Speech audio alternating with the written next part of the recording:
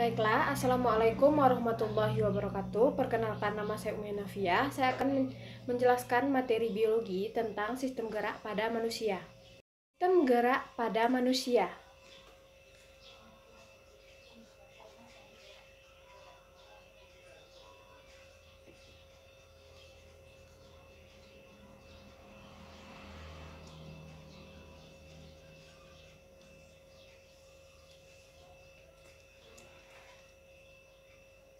Sebelum kita mempelajari tentang sistem gerak pada manusia, sistem gerak itu terdiri atas rangka, otot, dan sendi.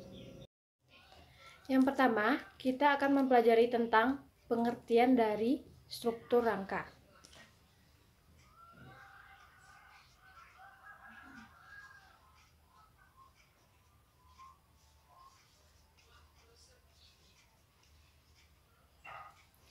Rangka adalah suatu sistem di dalam tubuh yang terdiri dari tulang.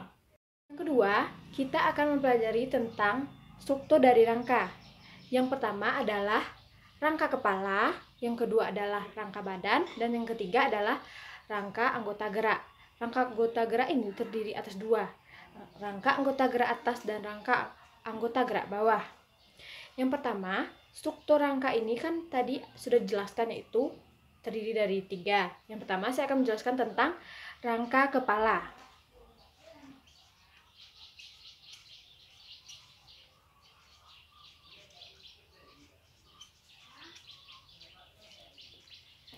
Di mana rangka kepala ini terdiri dari tulang pipih yang kuat dan keras. Bisa kita ketahui, yang pertama adalah tulang ubun-ubun di sini, lalu ada tulang dahi, tulang pelipis, tulang hidung, dan tulang rahang atas, tulang rahang bawah, tulang pipi, dan tulang tengkorak belakang. Ini adalah rangka bagian kepala. Selanjutnya adalah rangka badan.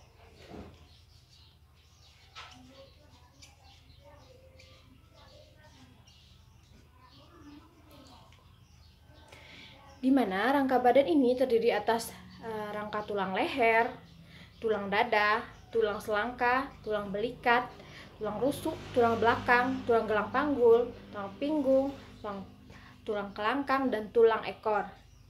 Yang selanjutnya adalah rangka pada anggota gerak.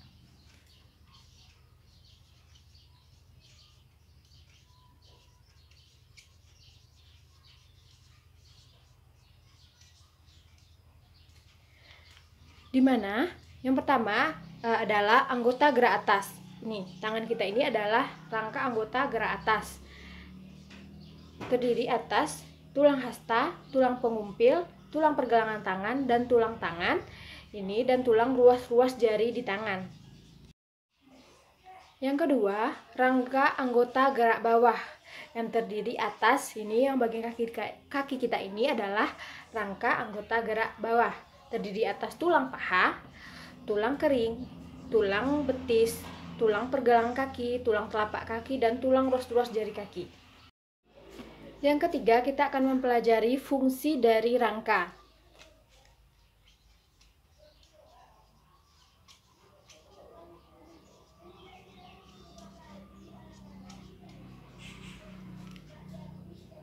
Di mana rangka ini berfungsi sebagai alat gerak pasif pada tubuh manusia atau pada pergerakan tubuh pada manusia.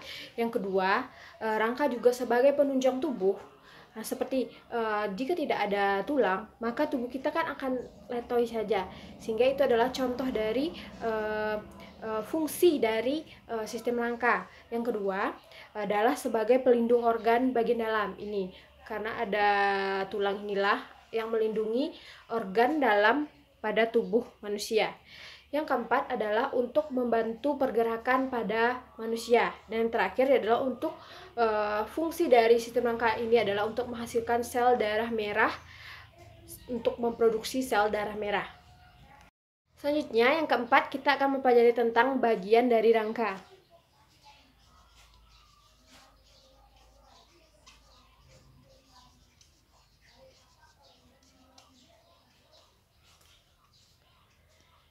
Yang pertama, bagian dari rangka itu terdiri atas dua, ada tulang keras dan tulang rawan. Tulang keras ini memiliki tiga bentuk, yaitu seperti tulang pipi, tulang pipa, dan tulang pendek. Yang kedua adalah tulang rawan. Biasanya pada bayi masih terdapat atau masih banyaknya tulang rawan itu biasanya terdapat pada bayi. Sedangkan pada orang dewasa juga masih ada terdapat tulang rawan seperti pada tulang hidung kita ini, tulang ujung telinga, dan tulang persendian-persendian dari tulang kita ini itu masih tergolong tulang rawan. Selanjutnya, yang kelima, kita akan mempelajari tentang pengertian dari otot.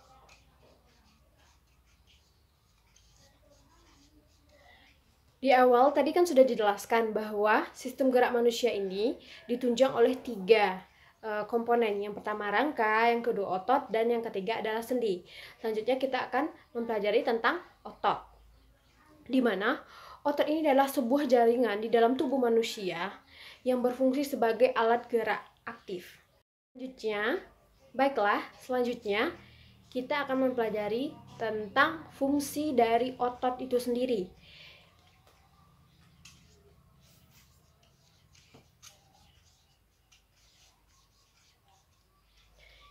Di mana otot ini sudah dijelaskan di awal pada saat pengertian sudah diketahui bahwa otot ini berfungsi sebagai alat gerak aktif pada sistem gerak manusia.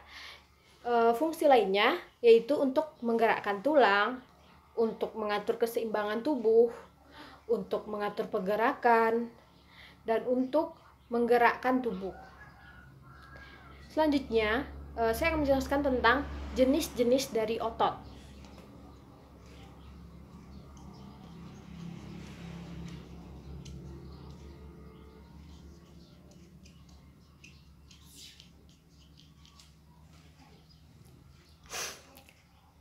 Otot ini terdiri atas tiga jenis. Yang pertama adalah otot lurik, yang kedua adalah otot polos, dan yang ketiga adalah otot jantung. Otot lurik dikenal dengan otot rangka yang bekerja di bawah kesadaran, dan yang kedua adalah otot polos, otot yang bekerja tidak di bawah kesadaran. Sedangkan otot jantung, otot yang bekerja tidak di bawah kesadaran. Sehingga dapat disimpulkan bahwa otot pada tubuh manusia ini ada yang bekerja di bawah kesadaran dan ada yang tidak bekerja di bawah kesadaran.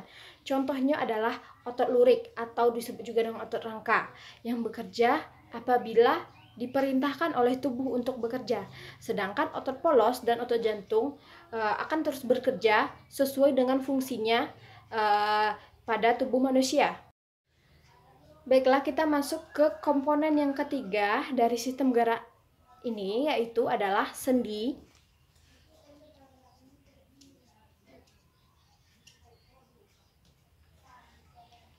Di mana sendi ini adalah bagian tubuh yang menghubungkan antara tulang yang satu dengan tulang yang lain. Maka terdapatlah sendi di tengahnya yang dapat menggerakkan antara satu tulang dan tulang yang lainnya. Selanjutnya adalah macam-macam dari sendi.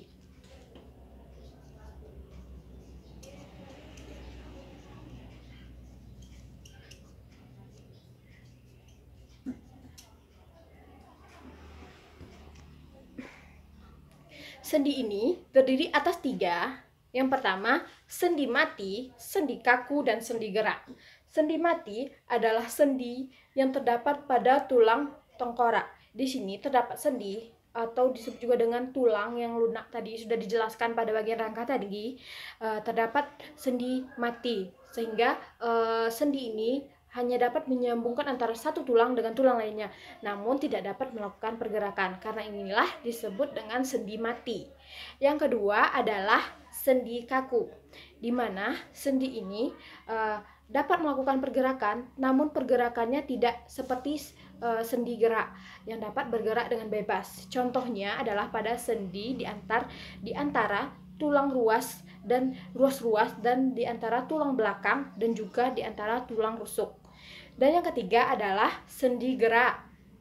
Sendi gerak ini adalah Yang kedua, macam-macam dari sendi gerak, yang yaitu adalah sendi engsel, yang merupakan sendi yang dapat melakukan pergerakan satu arah.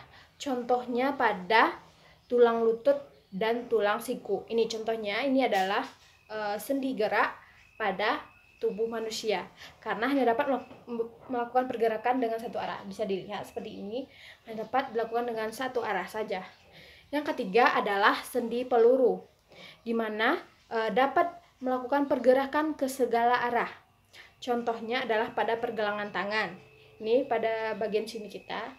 Nah, makanya tangan kita dapat digerakkan ke segala arah karena di sini terdapat sendi peluru yang dapat bergerak ke segala arah. Selanjutnya yaitu sendi pelana. Dapat sendi yang dapat bergerak ke arah samping dan arah depan. Contohnya ini pada tulang pangkal ibu jari. Ini adalah juga di ruas-ruas jari ini, sehingga ini disebut dengan sendi pelana pada manusia. Baiklah, yang terakhir saya akan menjelaskan tentang penyakit pada sistem gerak.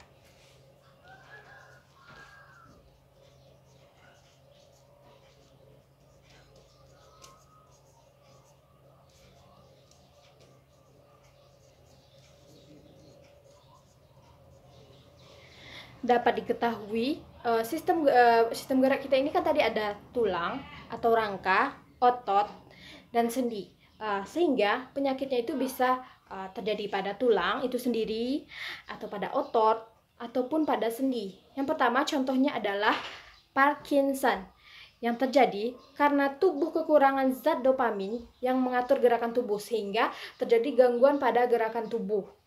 Yang kedua adalah osteoporosis, yang terjadi akibat penghancuran tulang yang lebih cepat daripada proses pembentukan tulang, diakibatkan karena kekurangan kalsium. Contohnya ini dapat kita lihat pada orang yang sudah tua atau lansia.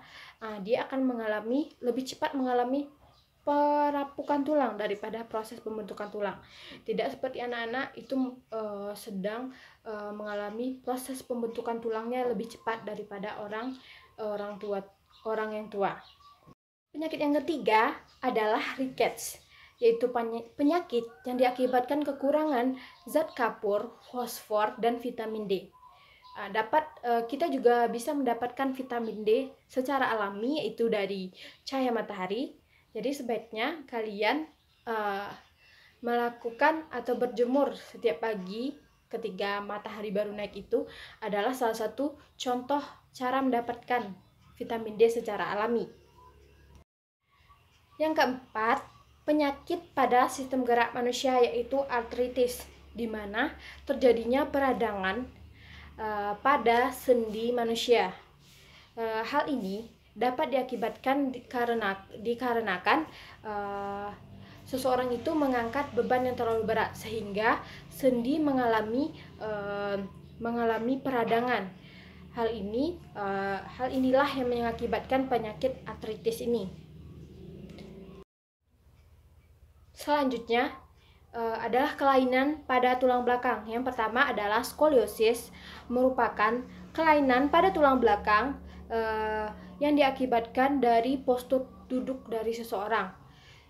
Seperti tulang belakang orang tersebut membengkok ke arah kanan maupun ke arah kiri. Itu merupakan contoh dari skoliosis. Yang kedua adalah kifosis, di mana kelainan pada tulang belakang yang mengakibatkan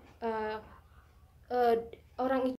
Yang kedua adalah kifosis, di mana tulang belakang melengkung ke arah depan.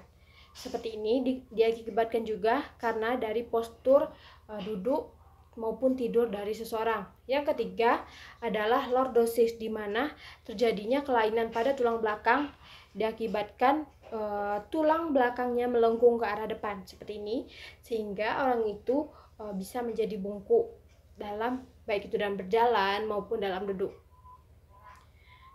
Baiklah, itulah materi dari saya tentang sistem gerak pada manusia. Semoga materi kali ini bermanfaat. Saya tutup dengan Assalamualaikum warahmatullahi wabarakatuh.